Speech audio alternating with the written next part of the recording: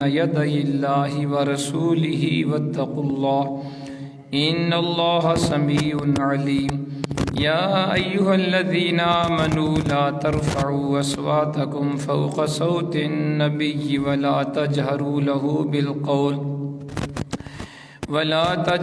له بالقول كجهر بعضكم لبعض أن تحبط أعمالكم وأنتم لا تشعرون إن الذين يغضون أصواتهم عند رسول الله أولئك الذين امتحن الله قلوبهم للتقوى لهم مغفرة وأجر عظيم إن الذين ينادونك من وراء الحجرات أكثرهم لا يعقلون ولو أنهم صبروا حتى تخرج إليهم لكان خيرا لهم والله غفور رحيم آمنت بالله صدق الله العظيم وصدق رسوله النبي الكريم الأمين ونحن على ذلك لمن الشاهدين والشاكرين والحمد لله رب العالمين إن الله وملائكته يصلون على النبي يا أيها الذين آمنوا صلوا عليه وسلموا تسليما اللهم صل على سيدنا محمد وعلى آل سيدنا محمد وبارك وسلم عليه الصلاة والسلام عليك يا سيدي يا رسول الله وعلى آلك وأصحابك يا سيدي يا حبيب الله الصلاة والسلام عليك يا سيدي يا رحمة للعالمين وعلى آلك وأصحابك يا سيدي يا شفيع المذنبين والحمد لله رب العالمين اللہ رب العزت کی حمد و ثنا کے بعد اس کے پیارے حبیب نبی اکرم نور مجسم فخر آدم و بنی آدم سرکار مدینہ راحت قلب و سینہ احمد مجتبی محمد مصطفیٰ محترم، آج جمادی الاول کی 2 تاریخ ہے، تو میں نے مناسب سمجھا کہ آج ہم آداب رسالت مآب علیہ السلام کے موضوع پہ پڑھیں۔ حضور کی بارگاہ کتنی عظیم بارگاہ ہے اور آپ کی بارگاہ کے آداب کتنے ضروری ہیں۔ اللہ کریم کی حضور دعا ہے وہ ذات حق بات کہنے کی توفیق عطا فرمائے اور سننے اور سنانے کی بات ہم سب کو عمل کرنے کی توفیق عطا فرمائے۔ قرآن حکیم فرقان حمید میں سے سورۃ الحجرات کی پہلی 5 آیات میں نے آپ کے سامنے تلاوت کی ہیں، جن میں اللہ کریم نے اپنے حبیب کی بارگاہ کے آداب ہمیں سکھائے ہیں۔ حضور کی بارگاہ کتنی عظیم بارگاہ ہے اور حضور کی بارگاہ کے کون سے آداب وہ ضروری ہیں۔ ارشاد ہوا یا ایھا الذین آمنوا لا تقدموا بین یدی اللہ ورسولہ واتقوا اللہ ان اللہ سمیع علیم۔ اے ایمان والو، آگے نہ بڑھو اللہ اور اس کے رسول سے، اور اللہ سے ڈرتے رہا کرو، بے شک اللہ تعالیٰ سب کچھ سننے والا جاننے والا ہے۔ دوسری آیت یا ایھا الذین آمنوا لا ترفعوا اصواتکم فوق صوت النبی ولا تجہروا له بالقول كجہر بعضکم لبعض ان تحبط اعمالکم وانتم لا تشعرون۔ ایمان والو، اپنی آوازیں رسول پاک کی آواز سے اونچی نہ کرو اور میرے حبیب کو اس طرح بلند آواز سے نہ بلاؤ جیسے ایک دوسرے کو بلاتے ہو، کہیں ضائع نہ ہو جائیں تمہارے اعمال اور تمہیں خبر بھی نہ ہو۔ ان الذین یغضون اصواتهم عند رسول اللہ اولئک الذین امتحن اللہ قلوبهم للتقوی لهم مغفرۃ واجر عظیم۔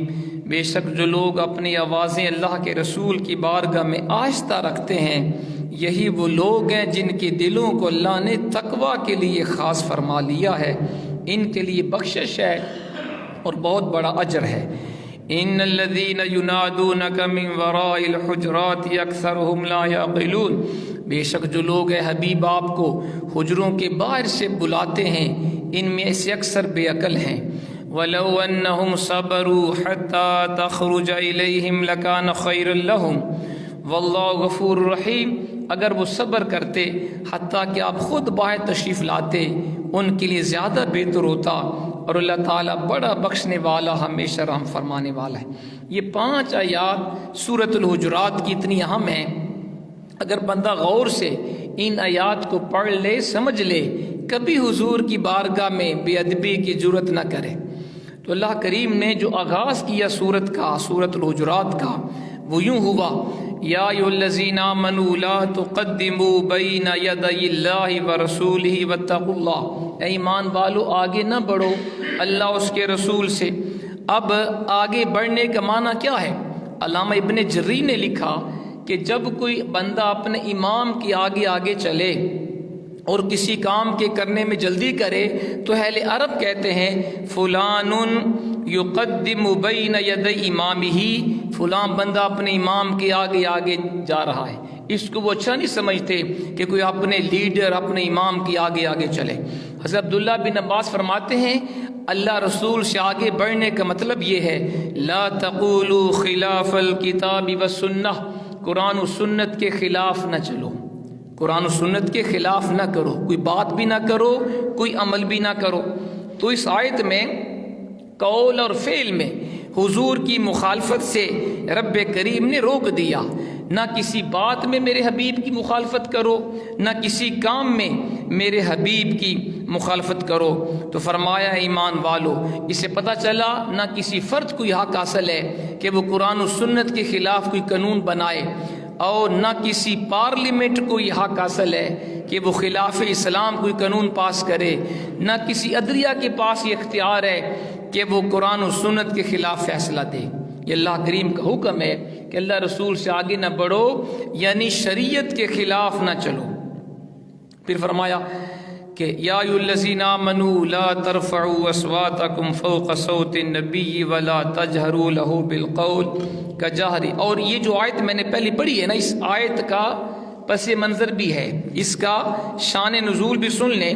یہ کب اور کیسے آیت کریمہ نازل ہوئی؟ حضور کی صحابی سہل بن سعد کی روایت ہے کہ اللہ کے پیارے حبیب بنی عمر بن عوف کے درمیان صلح کروانے کے لیے حضور علیہ الصلوۃ والسلام تشریف لے کر چلے گئے۔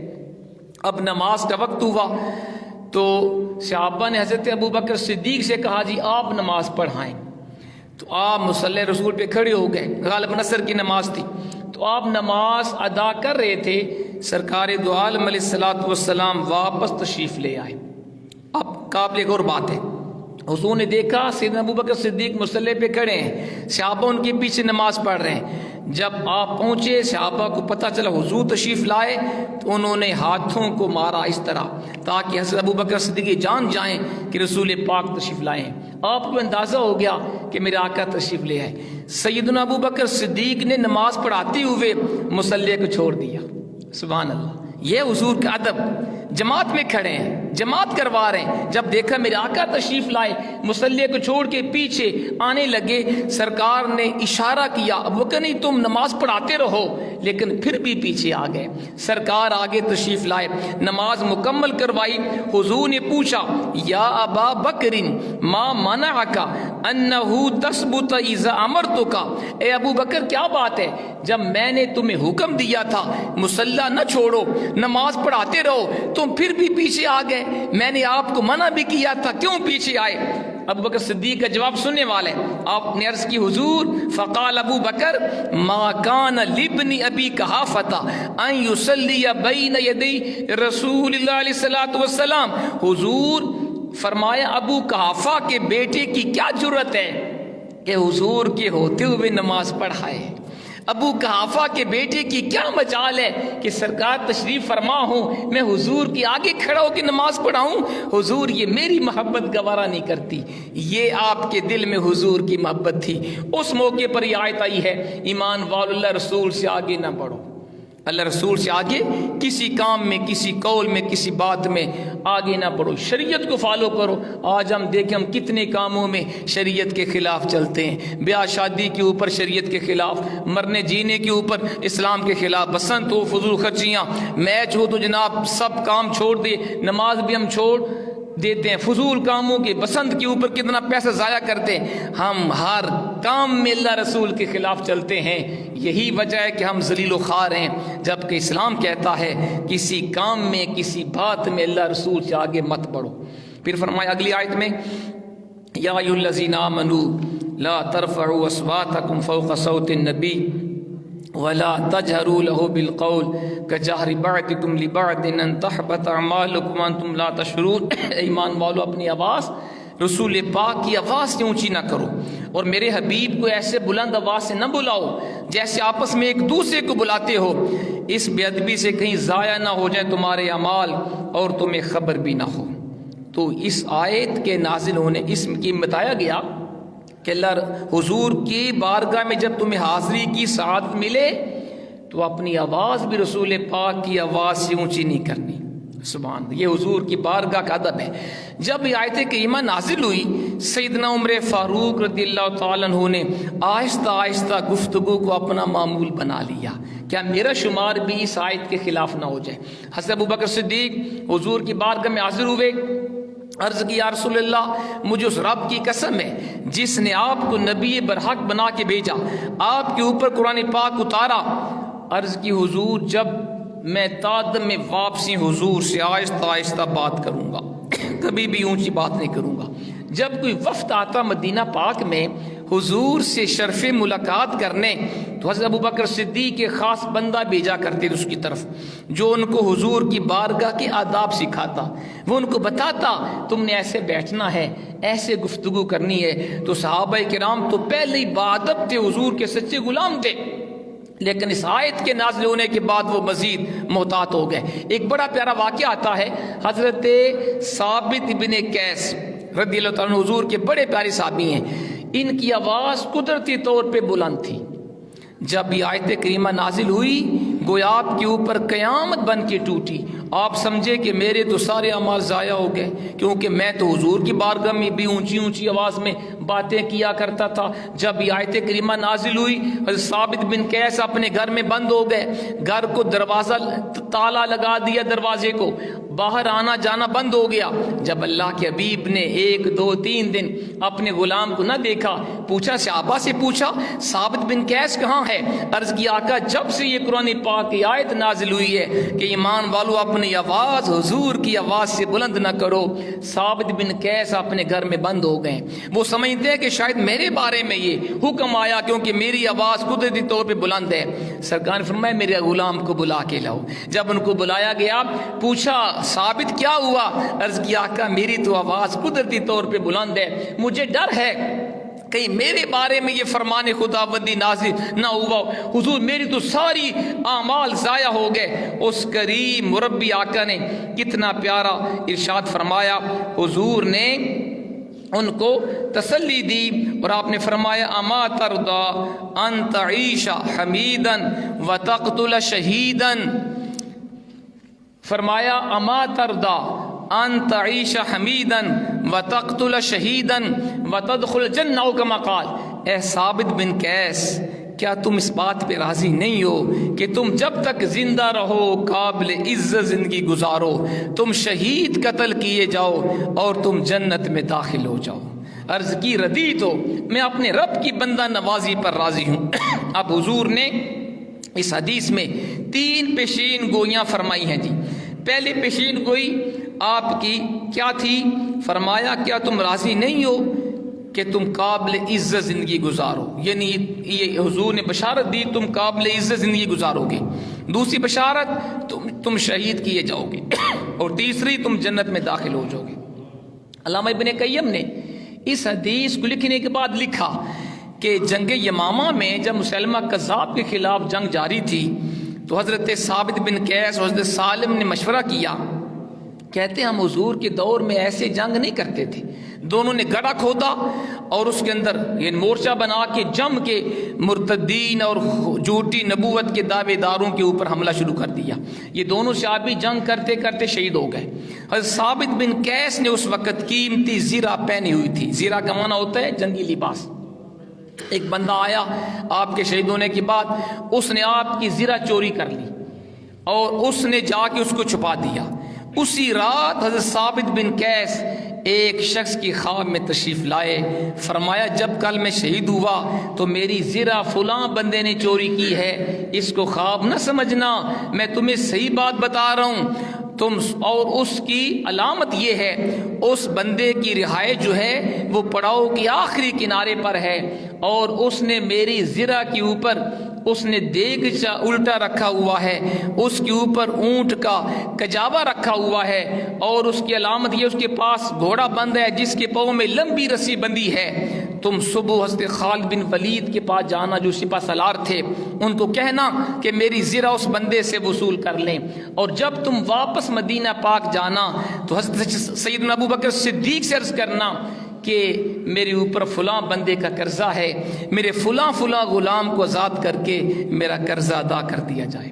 وہ بندہ صبح اٹھا، حضرت خالد بن ولید کو جا کے بتایا، آپ نے اسی نشانی کے اوپر زرہ تلاش کر لی، اور جب یہ لشکر کامیاب ہو کے واپس پہنچا مدینہ پاک میں تو سیدنا صدیق اکبر کو بتایا گیا کہ حضور حضرت ثابت بن قیس نے یہ خواب میں بتایا کہ میرے اوپر قرضہ ہے، میرے فلاں غلام کو آزاد کر کے قرضہ ادا کر دیا جائے، تو آپ نے ان کی وصیت کے اوپر عمل کر دیا۔ اسے کیا پتہ چلا؟ جو حضور نے پیشین گوئی کی تھی کہ اے میرے ثابت بن قیس غلام تم راضی نہیں ہو، تم عزت کی زندگی گزارو گے، تم شہید قتل کیے جاؤ گے اور جنت میں داخل ہو جاؤ گے، آپ واقعی شہید ہوئے، قابل عزت زندگی گزاری، اور ایسے شہید ہوئے کہ اس کے بعد بتایا کہ میری زرہ کس نے چوری کی ہے۔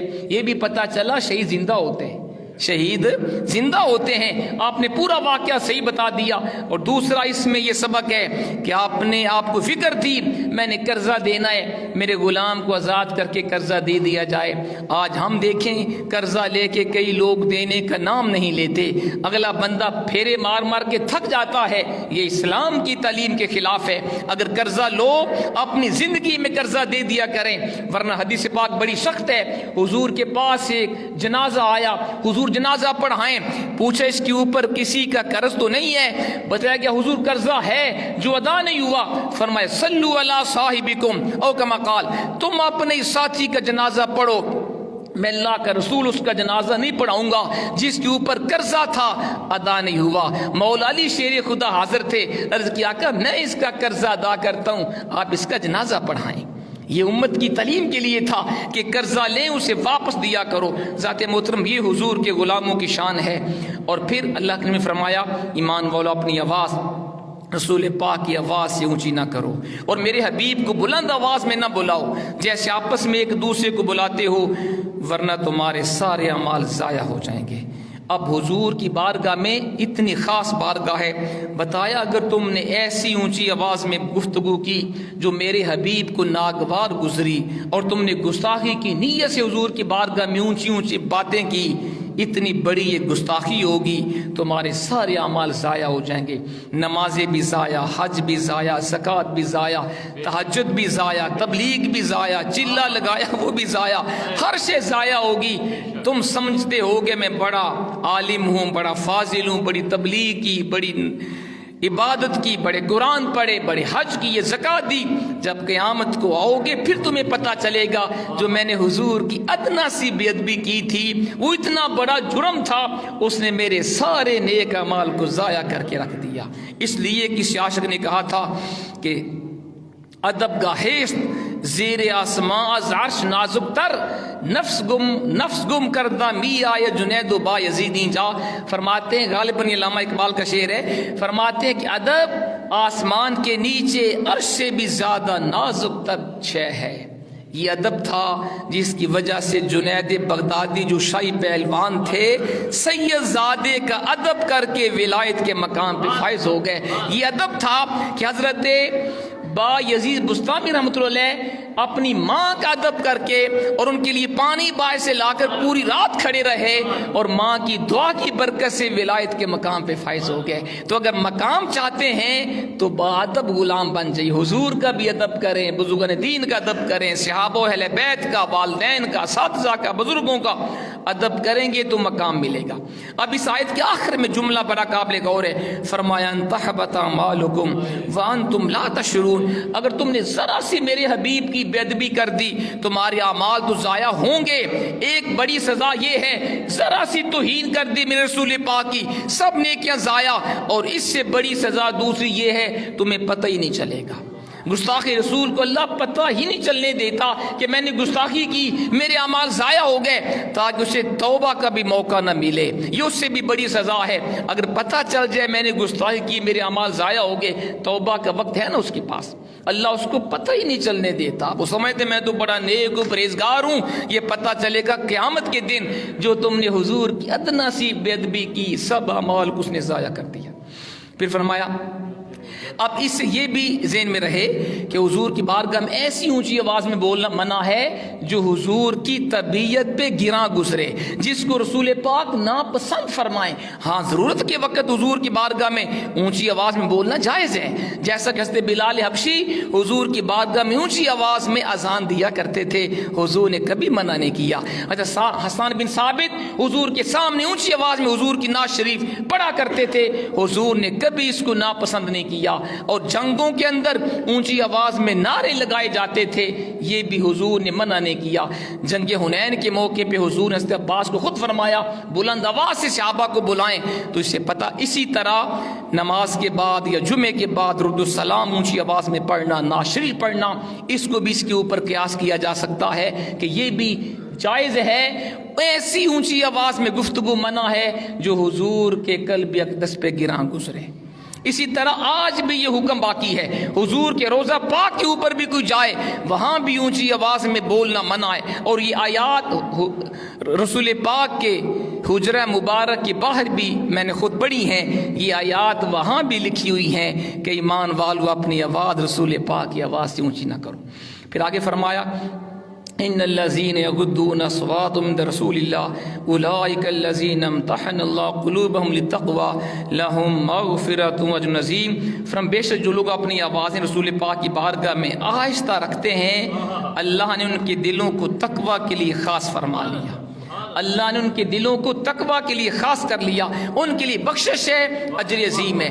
اس آیت میں اللہ کریم نے اپنے حبیب کے باادب غلاموں کے لیے 3 احسانات کا ذکر کیا ہے۔ جو حضور کے باادب غلام ہیں، جو حضور سے دل و جان ہر شے سے بڑھ کے محبت کرتے ہیں، حضور کا پورا ادب و احترام کرتے ہیں، اللہ نے پہلا انعام ذکر کیا، اللہ نے ان کے دلوں کو تقوی کے لیے خاص کر لیا۔ امتحانہ کے 3-4 معنی علماء نے بیان کیے۔ ایک معنی خالص کرنا، تو پتہ چلا متقی ہو گئی وہ جو حضور کا باادب ہوگا۔ یہ ہو نہیں سکتا خالی چلا کرنے سے، تبلیغ کرنے سے، تقریر کرنے سے، کتابیں تصنیف کرنے سے اور بڑے بڑے تسبیحاں اور حج کرنے سے بندہ نیک نہیں بنتا۔ قرآن کے نزدیک نیک وہ ہے جو حضور کا باادب غلام ہے، جو حضور کا ادب کرے، قرآن اس کو متقی کہتا ہے۔ اس کا ایک معنی ہے کہ اللہ نے حضور کے باادب غلام کو تقوی کے لیے خالص کر لیا۔ دوسرا معنی اللہ اس کا دل کھول دیتا ہے، اسے نیک کام کرنے میں کوئی دقت نہیں ہوتی۔ تیسرا اس کا معنی عادی بنانا، جو بندہ حضور کا باادب غلام ہو وہ تقوی کا عادی بن جاتا ہے، وہ گناہوں سے خود بہت بچتا ہے۔ اور چوتھا معنی خاص کرنا، اللہ نے تقوی کو حضور کے باادب غلاموں کے ساتھ خاص فرما دیا۔ یہ پہلا رب کا انعام ہے باادب حضور کے غلام کے لیے۔ دوسرا انعام لہ مغفرہ، اللہ حضور کے غلاموں کو بخش دے گا۔ بتقاضِ بشریت کوئی گناہ ہو بھی گیا، اللہ حضور کی نسبت سے، حضور کی محبت سے، حضور کے ادب و احترام کی برکت سے وہ گناہ بخش دے گا۔ اور تیسرا انعام وہ اجر عظیم، اللہ حضور کے باادب غلاموں کو بہت بڑا اجر دے گا، ایسا ثواب دے گا جو نہ کسی آنکھ نے دیکھا، نہ کسی کانوں نے سنا، نہ کسی دل میں اس کا وہم گزرا۔ غفور رحیم، اگر وہ صبر کرتے حتیٰ کہ آپ خود باہر تشریف لاتے، ان کے لیے زیادہ بہتر تھا۔ اللہ بخشنے والا، رحم کرنے والا ہے۔ اس آیت کو سنیں، شان نزول کیا ہے۔ بنو تمیم کا ایک وفد مدینہ پاک میں حاضر ہوا حضور سے ملاقات کرنے۔ 70-80 لوگ تھے۔ حضور کا طریقہ تھا، آپ آرام فرما تھے۔ وہ جب سردار پہنچے تو انہوں نے کہا جی پوچھا تو بتایا گیا کہ حضور آرام فرمائیں. انہیں کہا ہم قوم کے سردار ہیں, ہماری شان کے خلاف ہے ہم حضور کا اٹھنے کا انتظار کریں. کمرے کے باہر کھڑے ہو کے پکارا حضور کو, یا محمد اخرج علینا, حضور کا نام لکھا جی باہر آئیں, ہم نے آپ سے باتیں کرنی ہے. رسول پاک سراپا رحمت تھے, آپ فوراً باہر تشریف لائے, لیکن رب کریم کو گوارا نہ ہوا. میرا حبیب آرام فرما ہو, تم سردار ہو, بے شک اپنے گھر میں ہو, لیکن رسول پاک سے بڑا سردار کوئی نہیں, میرے حبیب سے بڑھ کے بڑا متقی رب کی بارگاہ میں محبوب کوئی نہیں. اللہ نے قرآن کی آیات نازل کر کے بتا دیا, جو لوگ میرے حبیب کو آرام کرتے ہوئے آوازیں دیں اور انتظار نہ کریں وہ جاہل ہیں. وہ بے شک بہت بڑے سردار و مالدار ہوں, اللہ کی بارگاہ میں جاہل ہیں. اگر ان کو علم ہوتا, حضور کی بارگاہ کا ادب ہوتا, کبھی باہر کھڑے ہو کے آوازیں نہ دیتے. یہ قیامت تک حضور کی امت کو بتا دیا گیا حضور کی بارگاہ کا ادب. پھر کیا ہوا جی؟ انہیں کہا حضور ہم اس لیے آئے ہیں ہم آپ سے فخر کی باتیں کریں, آپ کو بتائیں کہ ہمارا قبیلہ کتنی شان کا ہے. فرمایا بتاؤ. تو ان میں سے ان کا جو خطیب تھا عطارد بن حاجب کھڑا ہوا, اس نے اپنے قبیلے کی تاریخ میں اتنی تقریر کی زبردست, زمین و آسمان کے قلابے ملا دیے. حضور نے اپنے اسی غلام ثابت بن قیس کو اشارہ کیا, جن کا ذکر ابھی میں نے کیا, کہ جب یہ آیت آئی تھی کہ آپ اللہ کے حبیب سے اونچی آواز نہ کرو, تو اپنے گھر میں بند ہو گئے تھے کہ شاید میرے بارے میں آئی ہے, میری آواز قدرتی طور پہ اونچی ہے. یہ بہت اچھے خطیب تھے. فرمایا ثابت بن قیس اس خطیب کا جواب دو, جب تلمیذ نبوت, جب حضور کا تلمیذ ارشد, آپ کا شاگرد رشید لب کشا ہوا, آپ نے اتنی پیاری تقریر فرمائی کہ اس کے چھکے چھوٹ گئے, وہ سہم گیا. اور پھر کیا ہوا؟ اس کا زبرکان بن بدر, ان کا شاعر تھا بڑا پائے کا, وہ کھڑا ہوا. اس نے اپنے قبیلے کی, اپنی قوم کی تاریخ میں اشعار کہنے شروع کر دیے. ہم کون لوگ, ہماری شان کیا ہے. رسول پاک نے اشارہ کیا حسان بن ثابت کو. حسان کھڑے ہو کے ان کے شاعر کا جواب دو. جب مکتب نبوت کا تلمیذ ارشد لب کشا ہوا, جناب حسان بن ثابت نے جب حضور کی شانیں بیان کرنا شروع کی, اسلام کی فضیلت کو بیان کیا, قرآن و سنت کی شان کو بیان کیا, وہ سہم گئے. حتیٰ کہ ان کے ساتھ جو ان کا سردار تھا قیس بن عاصم, اسے ماننا پڑا. اس نے کہا میں مانتا ہوں, نہ ہمارا خطیب حضور کے خطیب کی طرح ہے, نہ ہمارا شاعر حضور کی شاعر جیسا ہے. وہ مان گیا. اور پھر انہوں نے کہا اِنَّ مَدْحَنَا زُيِّنَا وَإِنَّ شَتْمَنَا شُجِّنَا, حضور ہماری شان یہ ہے, ہم جس کی تعریف کرتے ہیں اس کو زینت دیتے ہیں, جس کی مذمت کرتے ہیں اس کو معیوب بنا دیتے ہیں. سرکار نے فرمایا کذبتم بل مدح اللہ تعالی زُيِّنَا وَشَتْمُ شُجِّنَا, تم نے جھوٹ بولا, تم جس کی تعریف کرو وہ عزت والا نہیں ہوتا, تم جس کی مذمت کرو وہ معیوب نہیں ہوتا. آپ نے فرمایا میرا رب جس کی تعریف کرے وہ عزت والا ہوتا ہے, میرا رب جس کی مذمت کرے وہ معیوب ہوتا ہے. اور آپ فرمایا یوسف ابن اسحاق ابن یعقوب تم سے بھی افضل والا تھے, تم اعلیٰ نہیں ہو, میرے بھائی یوسف تم سے بھی کئی گنا اعلیٰ تھے. تو ذات محترم پھر اللہ نے ان سب کا سینہ کھولا, یہ سارا وفد اسلام اس نے قبول کر لیا حضور کی شان و عظمت کو دیکھ کر. پھر سرکار نے ان کو انعام دے کر روانہ فرمایا. یہ ہے اس آیت کا پس منظر. تو اللہ نے فرمایا اگر وہ صبر کرتے, حتیٰ کہ میرا حبیب خود باہر تشریف لاتا, ان کے لیے زیادہ اچھا ہوتا. اب علماء کرام نے اس آیت سے بڑے مسائل اخذ کیے, اس آیت سے مسائل مستنبط کیے. ابو عبید بہت بڑے عالم ہیں, آپ فرماتے جب سے میں نے یہ آیات پڑھی ہیں میں نے کبھی کسی استاد کے دروازے پہ دستک نہیں دی. یہ ہے ادب. قاسم ابن سنان کوفی کے بارے بھی اسی طرح کا قول آتا ہے کہ جب سے میں نے یہ آیات پڑھی ہیں میں نے کسی استاد کے دروازے پہ دستک نہیں دی. بیٹھ جاتا ہوں دروازے پہ, جب میرا استاد خود باہر آتا ہے پھر ان سے علم دین حاصل کرتا ہوں. حضرت عبداللہ بن عباس حضور کے چچا بھائی ہیں, حضرت ابی بن کعب کے پاس جاتے تھے قرآن پاک کا علوم حاصل کرنے کے لیے, قرآن پاک کا علم حاصل کرنے کے لیے, لیکن آپ نے کبھی اپنے استاد کے دروازے پہ جا کے دستک نہیں دی تھی. دیکھیے ایک ادب. بیٹھ جاتے, جب حضرت ابی بن کعب اپنی مرضی سے باہر تشریف لاتے ان سے علم دین سیکھتے. تو حضرت ابی بن کعب فرماتے آپ میرے حبیب کے میرے آقا کے چچا بھائی ہیں، جب آپ آئے تھے اسی وقت آپ مجھے آواز دیتے، میں باہر آتا، آپ کو اتنی انتظار کی زحمت گوارا نہ کرنا پڑتی۔ حضرت عبداللہ بن عباس کا جواب سنیے گا، آپ فرمایا العالم فی قومہ کالنبی فی امتہ، جو عالم ہوتا ہے اس کا اپنی قوم میں وہی مقام ہے جو نبی کا اپنی امت میں مقام ہے۔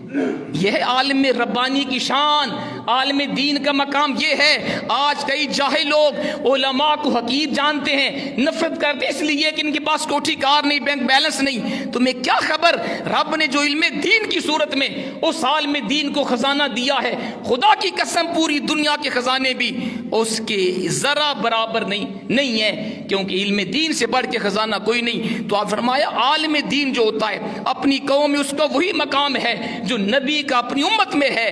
اور اللہ نے اپنے حبیب کے بارے یہ آیت اتاری ہے وَلَوْ أَنَّهُمْ صَبَرُوا حَتَّى تَخْرُجَ إِلَيْهِمْ لَكَانَ خَيْرًا لَهُمْ، اگر یہ لوگ صبر کرتے، میرے حبیب کو باہر کھڑے ہو کے نہ بلاتے، ان کے لیے زیادہ بہتر ہوتا۔ تو ذات محترم یہ ہے اسلام، یہ ہے اسلام جو ہمیں اساتذہ کا بھی ادب سکھاتا ہے، علماء کا بھی ادب سکھاتا ہے، اور انبیاء کا بھی ادب سکھاتا ہے۔ اللہ کی حضور دعا ہے وہ ذات ہمیں قرآن و سنت کے اوپر عمل کرنے کی توفیق عطا